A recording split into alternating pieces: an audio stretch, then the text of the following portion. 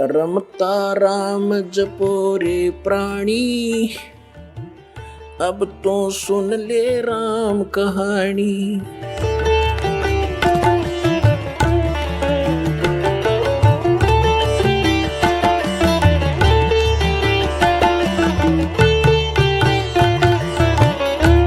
तो आदरणीय दादू साहब जी की भी थोड़ी सी यहाँ वो कथा सुनाएंगे, अमर कथा। आदरणीय दादू साहब जी, इनका एक तेली के घर जन्म था और ये जब 7 वर्ष की आयु के थे, बाहर खेल रहे थे बच्चों में, परमात्मा ऐसे ही जिंदा महात्मा के रूप में कबीर साहब इनको आकर मिले और इनसे भी ऐसे ही ज्ञान दिया। परमात्मा ने ज्ञान सुनाया और भी कई बच्चे बैठे थे। उन्होंने क्या किया, गरीब उस कबीर परमेश्वर ने क्या किया, अपने करमंडल से एक लोटे से पानी लिया, चलो मैं मुख में, और पान के पत्ते थे वहाँ पर, पत्ते पान का छोटे छोटे होते पीपल जैसे, उस पान के पत्ते पर वो पानी ऐसे उल्टा मुख से डाल दिया, कुरला मार दिया और कहा बेटा नाम ले तू दादू और ये जल पीना पड़ेगा। उसने कहा लाओ महाराज, नो करके पी गए फटते ही। अब कहते हैं मल अखाड़ा जीतेंगे ये युगन युगन के माल, लख भर सूरा जूझ ही लख भर सामत दे, लख भर यति जहान में तो सतगुरु शरणा ले। गोता मारू स्वर्ग में जा बैठूं पाताल, कह कबीर ढूंढता फिरूं अपने हीरे मोती लाल। अन्य जो बच्चे थे वह सब उठकर भाग गए। इसने तो एक झूठा पानी पी लिया किसी का, जिसकी जाति का पता नहीं, ऐसा वो तो गांव में भाग गए। और उधर से उस आत्मा को लेकर परमात्मा सचखंड सतलोक में गए।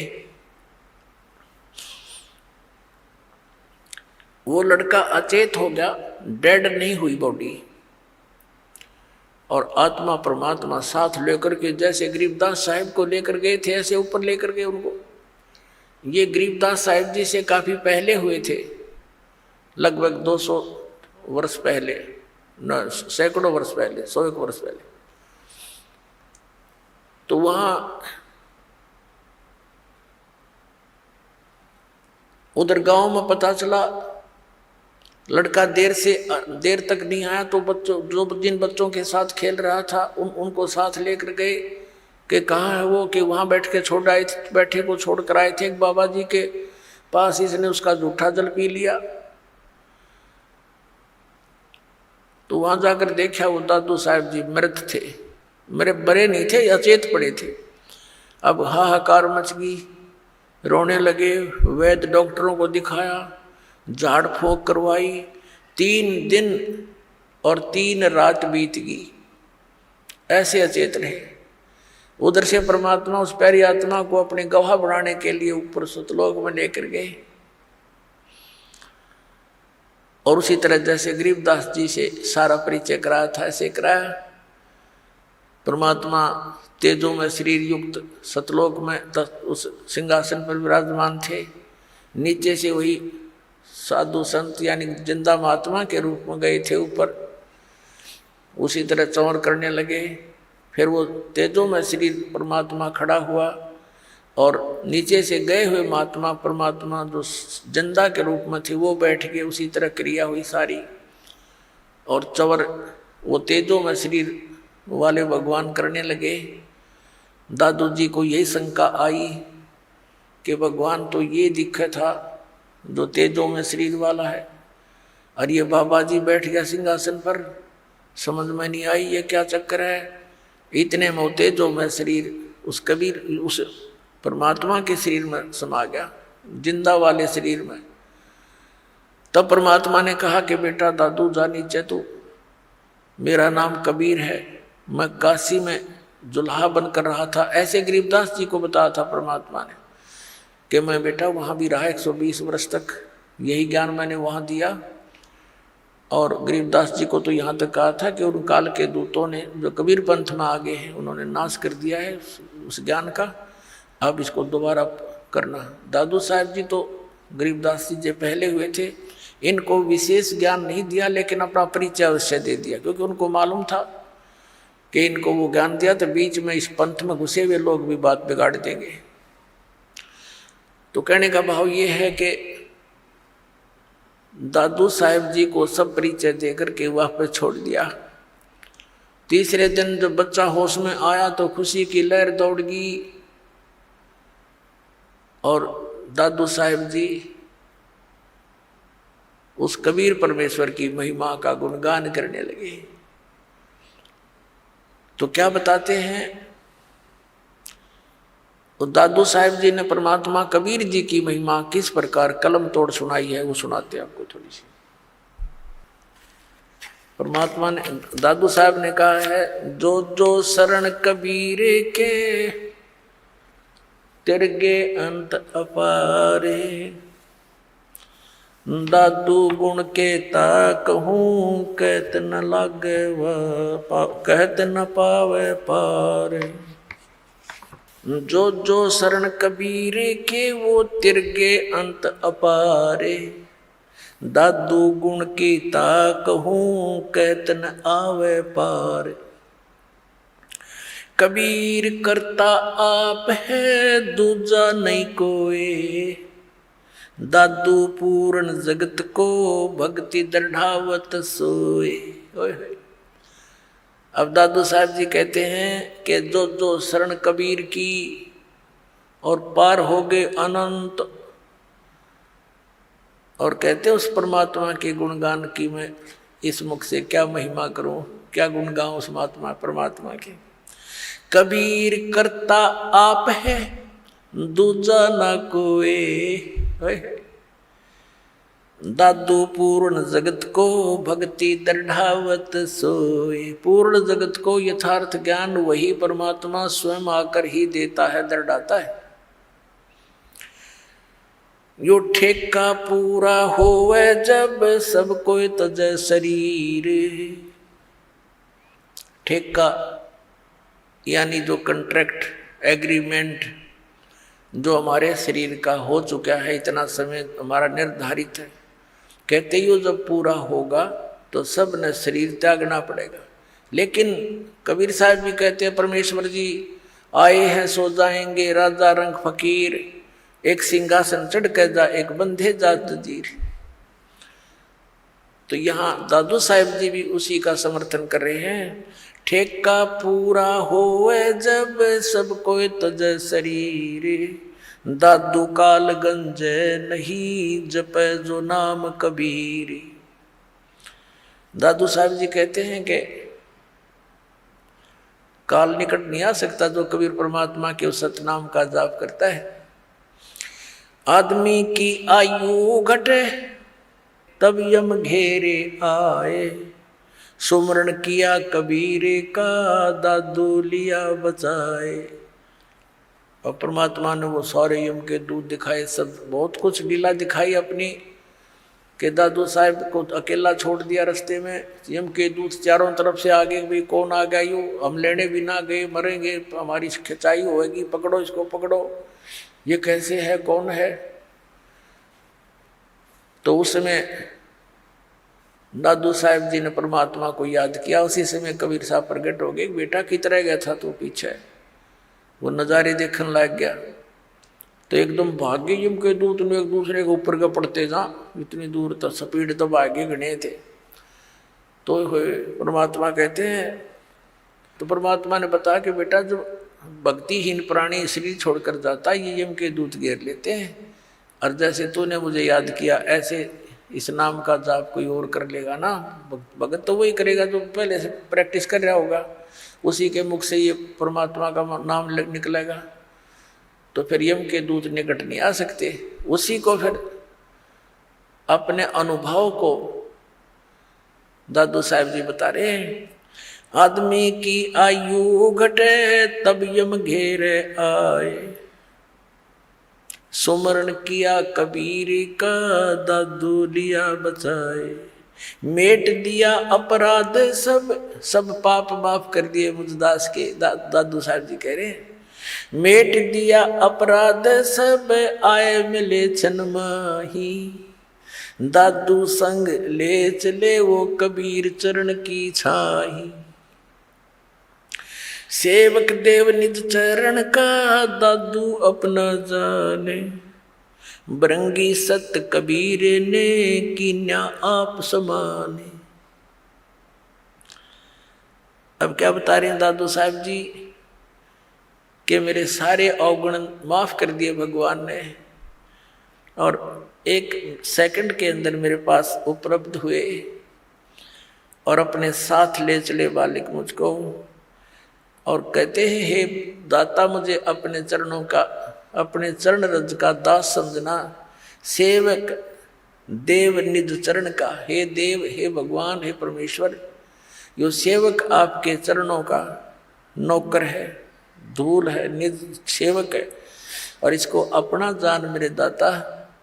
और भृंगी सत कबीर ने कर लिया आप समान, कि जैसे एक भृंगी कीट होता है, भी भी करता बंबीरी बोलना, वो एक कीड़े को उठा लाती है और उसको अपना राग सुना सुना के अपने जैसा, अपने जैसी आवाज़ निकाल, उसी जैसी आवाज़ निकालने वाला बना देता है।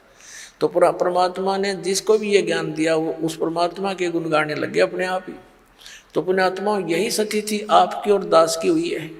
जब से ये ज्ञान ग्रहण हुआ, ये ज्ञान समझ में आया है, तो हम भी भृंगी बन गए, ना जाने सब न बता दें, किस किस ने सुना दें, और भृंगी से फिर और भी भृंगी बन गए। आप भी सभी भगवान के बच्चे ज्ञान से परिचित हुए, औरों को सुनाने लगे। दादू अंतर्गत सदा छन छन सुमरण ध्यान, वारू नाम कबीर पर पल पल मेरे प्राण। सुन सुन साख कबीर की यू काल नवावे माथे, धन धन हो तीनों लोक में दादू जोड़े हाथ। सुन सुन साख कबीर की, कबीर साहब की महिमा, साख यानी महिमा, उसकी तेरी तेरी साख तो है नहीं, यानी तेरी कोई गुण तो है नहीं, तो साख। और दूसरे ये साखी, यानी साखियों के माध्यम से उसके गुणगान जो सुने जाते हैं। काल भी कहते मुरझा जाता है, नीचे गर्दन कर लेता है कि वो तो समझ सकती है। और धन धन तीनों लोक में दादू जोड़ा थे। केरी नाम कबीर का ये विषम काल गजराज, दादू भजन प्रताप ते ये भाग्य सुनत आवाज। अपने आत्माओं कैसी तुलना की है दादू साहब जी ने, कि यहाँ का जो काल को समझो हाथी है, हाथी अन्य प्राणियों से बहुत तगड़ा और उसका बहुत न्यारा शरीर, ये तो समझो काल। क्योंकि श्रीमद् भगवद गीता अध्याय नंबर 15 के श्लोक नंबर 18 में गीता ज्ञान दाता कहता है कि मैं लोक वेद के अंदर कहे सुने ज्ञान के आधार से मैं पुरुषोत्तम प्रसिद्ध हूँ, क्योंकि जो प्राणी मेरे अंतर्गत हैं उनसे मैं उत्तम हूँ, श्रेष्ठ हूँ, उच्च हूँ, तगड़ा हूँ। जैसे हाथी उनसे ऊंचा होता है। लेकिन गीता ज्ञान दाता ने ये भी स्पष्ट कर दिया है गीता अध्याय नंबर 15 के श्लोक 16 और 17 में कि सरपुरुष और अक्षर पुरुष ये दो पुरुष हैं, दो प्रभु हैं, ये दोनों नासवान, इनके अंतर्गत जितने प्राणी हुआ भी नासवान। सरपुरुष ये स्वयं है। गीता अध्याय नंबर 15 के श्लोक नंबर 17 में स्पष्ट कर दिया कि उत्तम पुरुष है तू अन्य, जो गीता ज्ञान दाता से अन्य है, वो स्वयं कह रहा है इस बात को, और वही परमात्मा कहा जाता है। यह लोक चरण में अवश्य विवर्ती अवैश्वर है, जो तीनों लोकों में प्रवेश करके सबका धारण पोषण करता है, वो है अविनाशी परमात्मा। तो यहाँ 15वें अध्याय के 18वें श्लोक में गीता ज्ञान दाता सिर्फ इतना कह रहा है कि मेरे इस 21 ब्रह्मांड में जितने प्राणी मेरे अंतर्गत हैं उनसे मैं सुप्रीम हूँ बस। लेकिन आई एम नॉट पुरुषोत्तम। पुरुषोत्तम तो बता दिया 15वें अध्याय के 17वें श्लोक में। तो यहाँ कहता है जितने मेरे अंतर्गत जितने प्राणी हैं वो चाहे स्थूल शरीर में है चाहे वो जीवात्मा है, उनसे मैं उत्तम हूँ, इसलिए मैं पुरुषोत्तम प्रसिद्ध हूँ लोक वेद में। वास्तविकता तो बता दिया कोई और है। केरी नाम कबीर का और विषम काल गजराज, दादू भजन प्रताप से ये भाग्य सुनत आवाज।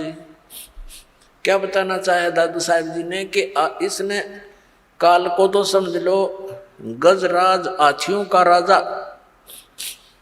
यानी उनसे सब हाथियों से सबसे तगड़ा वो उनका राजा होता है, ये नियम है। और केरी नाम कबीर का, बब्बर शेर समझ लो कबीर परमात्मा का यो सतनाम। और दादू भजन प्रताप से ये सुनते भाग्य आवाज गाज। जैसे हाथी कहीं जंगल में हो और शेर दहाड़ मार दे और वो निकट सी दिखती हो कि तो आवाज एक निकट आ लिया, हाथी लीद कर देता है और भाग लेता है, छोड़कर उस स्थान को दूर भागने की चेष्टा करता है। तो क्या बताना चाहे दादू साहब जी ने कि ये काल भी कोई छोटा मोटा जानवर नहीं है, कोई छोटी शक्ति नहीं। 10,000 भुजा का मालिक है ये, 1000 भुजा का, 1000 कला का। और ब्रह्मा विष्णु महेश जी इसके पुत्र हैं, वह केवल 16 कला के और 4 भुजा के हैं। लेकिन उस परमात्मा के सामने जो असंख्य भुजा, असंख्य कला का, असंख्य शक्ति का मालिक है, उसके सामने ये ऐसे भागता है जैसे शेर की दहाड़ सुनकर हाथी लीद करके भाग लेता है। केरी नाम कबीर का विखम काल गजराज, दादू भजन प्रताप ते भाग्य सुनत आवाज। पल एक नाम कबीर का दादू मन चितलाए, हाथी के असवार को स्वान काल नहीं खावे। अब देखो कैसी उपमा दी है मालिक की शरण में आए प्राणी को, कि जैसे हाथी। अब हाथी की दूसरी उपमात्मक तरीके से कैसे बताया है कि जो कबीर परमेश्वर जी की शरण में आ गया, वो तो समझो इस काल की रेंज से, रीच से, पहुंच से इतना दूर हो गया जैसे कोई हाथी पर बैठ जा और उनको कुत्ते हानि नहीं पहुंचा सकते। हाथी के असवार को स्वान काल नहीं खावे।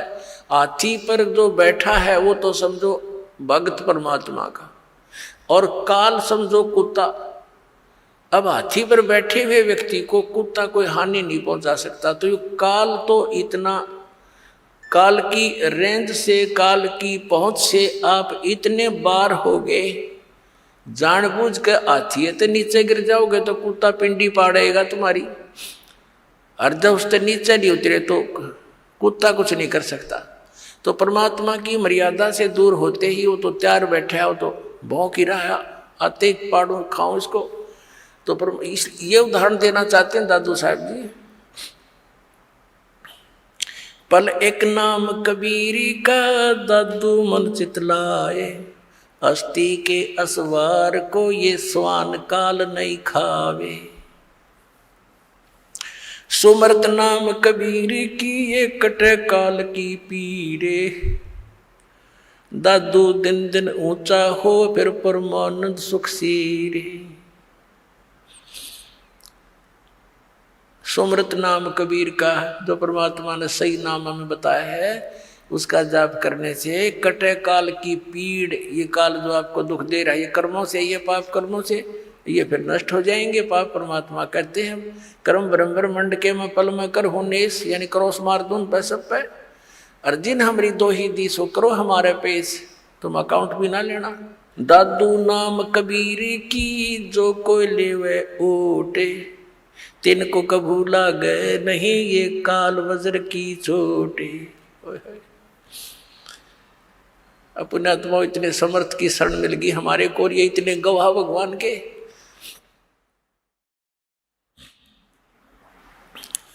कि दादू साहब कह रहे हैं कि कबीर साहब के सच्चे नाम की विधिवत जो ओट ले लेगा, उसकी शरण में आ जाएगा, उनको कबू लागे नहीं ये काल वज्र की चोट। ये काल जैसे आप देखते हो दुर्घटना में, जब तक आपका नाम ठीक है, कनेक्शन जुड़ा है, तो आपको शरण है, आपको प्रोटेक्शन है परमात्मा की, कवच आपके ऊपर है। काल का कोई अटैक नहीं लगेगा, कोई कर्म का दंड आप पर असर नहीं करेगा। जैसे आप देखते हो कि दुर्घटना में परिवार नाश हो जाते हैं, ये कभी नहीं हो सकता इस मालिक की शरण में आने वाले को, लेकिन रहना पड़ेगा मर्यादा में। अब देखो कैसी तुलना करते हैं परमात्मा की। दादू नाम कबीर की जय कोई लेवे ओठे, तिनको कबू लागे नहीं ये काल वज्र की चोट। काल का वज्र, ये परमाणु भी, मिसाइल भी निष्क्रिय हो जाएगी जो काल छोड़ता ऊपर तक। फिर कहते हैं और संत सब कूप हैं ये कहते जरीता नीर, दादू अगम अपार है दरिया सत्य कबीर। दादू साहब जी कैसी बढ़िया तुलना करते। और संत सब कूप हैं, जैसे छोटे मोटे संत हैं, कोई जिन देवताओं को तुम पूजते हो, ये तो ऐसे समझ लो कोई तो कुएं का जल है, कोई जरीता नीर, कोई छोटा मोटा झरना कुछ क्षेत्र में काम कर रहा है। और दादू अगम अपार है ये दरिया सत कबीर। दरिया, परमात्मा को तो दरिया जानो, और दरियाओं में भी उत्तम जल वाली दरिया, वो कभी उसका जल समाप्त ही नहीं होता। और अन्य जो छोटे मोटे चमत्कार अन्य भी बता देते हैं, वहां से मुझे ये लाभ हो गया, वहां से ये लाभ हो गया। कहते और संत सब कूप हैं, कुएं हैं, वो केवल जल ही ग्रहण करा सकते हैं, खेत सिंचाई में काम नहीं दे सकते। फिर पानी से काम चले, खेती भी करनी पड़ेगी, उसकी भी आवश्यकता पूर्ति हो, तभी जीवन पूरा सफल हो। तो यहाँ कहते हैं और संत सब कूप हैं, कहते जरीता नीर, झरने से हैं, छोटे मोटे काम चला रहे हैं। और दादू अगम अपार है ये दरिया सत कबीर, यानी यहाँ भी आपने सुखी रखेगा जैसा यहाँ का सुख है, और फिर सतलोक लेके जाएगा, सारे काम सारेगा।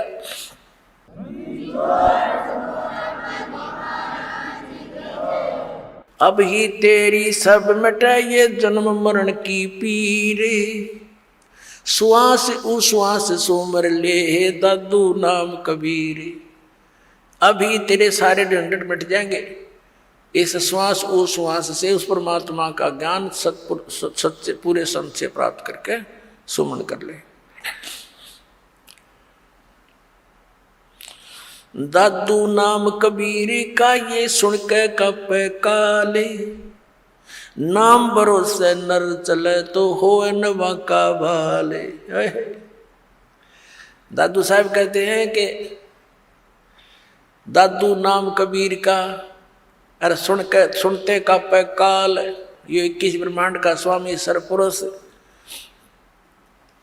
ये सारा कांप जाता मालिक का नाम लेते ही, इसका छाती धड़कन लग जाए नू। और कहते नाम भरोसे नर चले, नाम का आधार बनाकर चले संसार अपने जीवन रूपी सफर में, तो हो नवा का बाल, उसका कुछ नहीं बिगड़ सकता, सच्ची श्रद्धा से लगा रहे। जिन मोको निज नाम दिया सोए सतगुरु हमारे, दादू दूसरा कोई नहीं कबीर सिरजनहारे। वही तोड़ पाट दिया कि जिन को निज नाम दिया, निज असली मंत्र जो सतनाम जो मुझे दिया मेरा वो है सतगुरु है, और नकली सतगुरु थे सारे। और कहते दादू दूसरा कोई नहीं केवल कबीर सृजनहार, वो कबीर परमात्मा सृजनहार अपना आत्मा।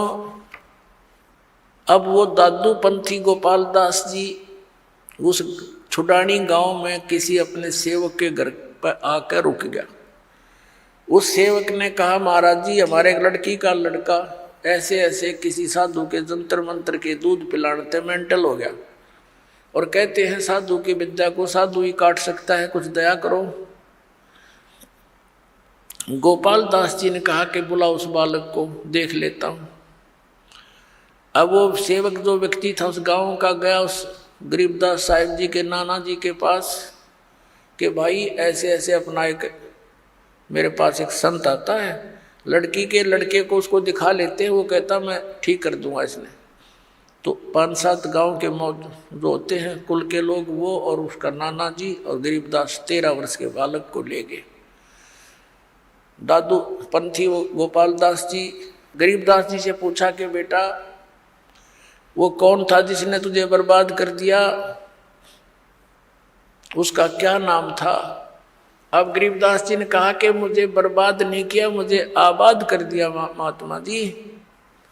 हम सुल्तानी नानक तारे दादू को उपदेश दिया, जात जुलाहा वेद न पाया, वो काशी में कबीर होया।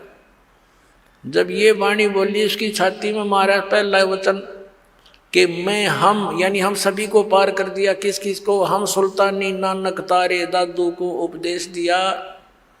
वही पुण्यात्मा, वही परमात्मा उन पुण्यात्माओं को, आदरणीय नानक साहिब जी को, आदरणीय दादू साहिब जी को, आदरणीय मुल्कदास साहिब जी को, आदरणीय धर्मदास साहिब जी को, आदरणीय गरीबदास साहिब जी को, आदरणीय गीसादास साहिब जी को मिले थे।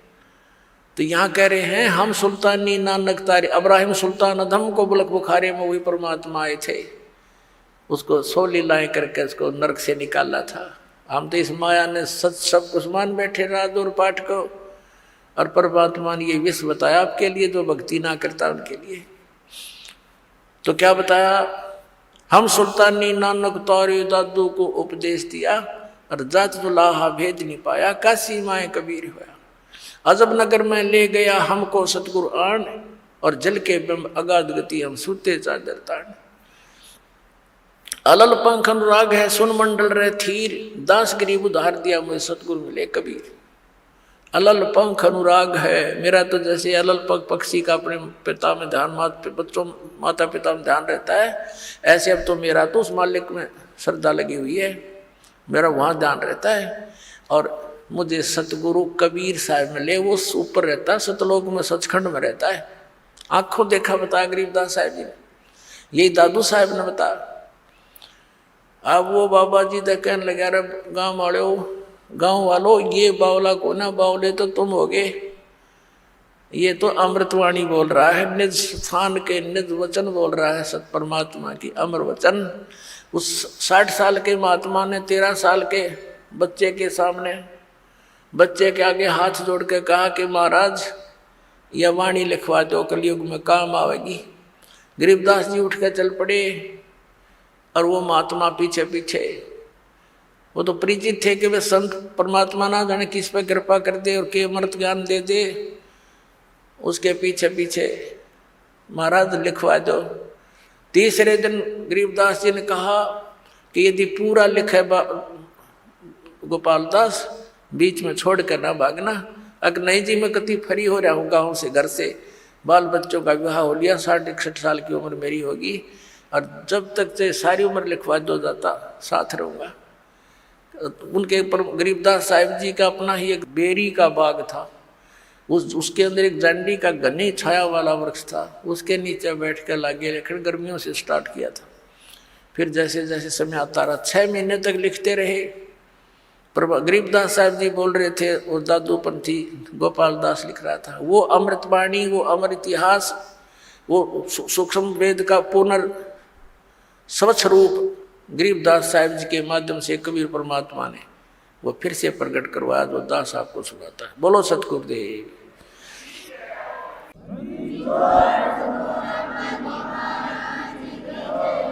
आप सुन रहे थे जगत गुरु तत्वदर्शी संत रामपाल जी महाराज जी के मंगल प्रवचन। अधिक जानकारी के लिए विजिट कीजिए हमारी वेबसाइट www.jagatgururampalji.org। संत राम